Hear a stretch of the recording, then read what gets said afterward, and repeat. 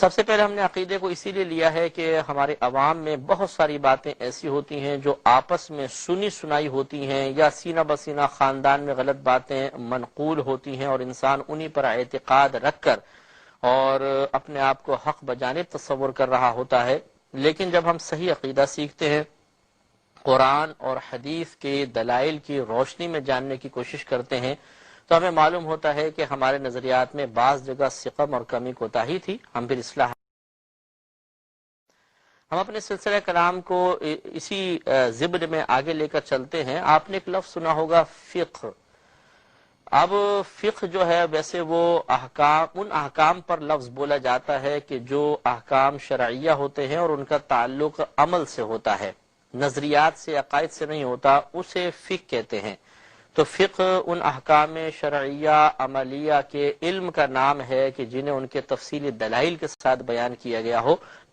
لیکن ہم اس کو اوپر سے لے کے چلتے ہیں کہ اصل میں فقہ جو تھا اس کی دو قسمیں تھیں، ایک فقہ اکبر کہلاتا تھا اور ایک فقہ اصغر کہلاتا تھا۔ اکبر بڑے کو کہتے ہیں اور اصغر چھوٹے کو کہتے ہیں۔ تو فقہ اکبر جو بڑا فقہ کہلاتا تھا اسے عقائد پر بولا جاتا تھا، اور اس علم کو کہ جس علم میں عقائد کو دلائل کے ساتھ بیان کیا جائے اسے علم کلام کہتے تھے اور اب بھی کہتے ہیں۔ تو پہلے تو اس کو فقہ ہی کہا جاتا تھا، فقہ اکبر کہا جاتا تھا، اور اس میں عقیدوں کو بیان کیا جاتا تھا دلائل کے ساتھ۔ اور فقہ اصغر یہ وہی جو اب ہے کہ احکام شرعیہ عملیہ کو ان کے تفصیلی دلائل کے ساتھ جاننا۔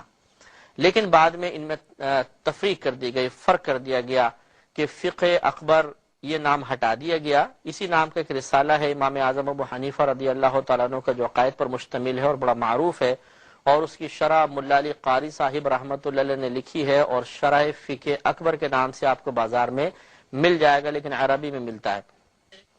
تو یہ جو فقہ اکبر تھا اس سے پھر فقہ کا نام ہٹا دیا گیا اور اس کو علم کلام کہا جانے لگا، اور باقاعدہ اس کو ایک مضمون اور ایک فن بنا دیا گیا، اور علم کلام سے مراد وہ علم لیا گیا کہ جس میں عقائد اسلام کو ان کے تفصیلی دلائل کے ساتھ بیان کیے جائے۔